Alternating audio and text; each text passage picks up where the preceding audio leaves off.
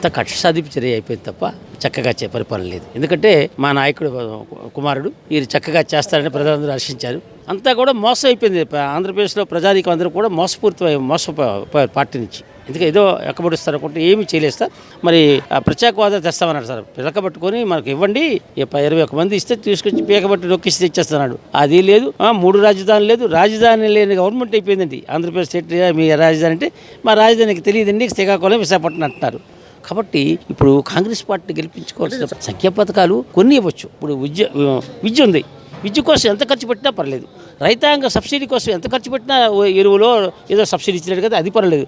కానీ ఉత్తిన రిక్షా వాళ్ళకి డబ్బులు, ఆటో వాళ్ళకి వ్యాన్ల వాళ్ళకి డబ్బులు, హాయిగా పరిగెట్టి పనిచేసుకున్న వాళ్ళకి 45 సంవత్సరాలకు డబ్బులు, ఇవన్నీ తప్పునన్న. రేపు నీ భవిష్యత్తు కోసం చూసుకున్నావు తప్ప నీ భవిష్యత్తు, ప్రజల భవిష్యత్తు కాదండి, నీ భవిష్యత్తు. నేను నిలబడిపోతే నేను గెలిచేయాలా?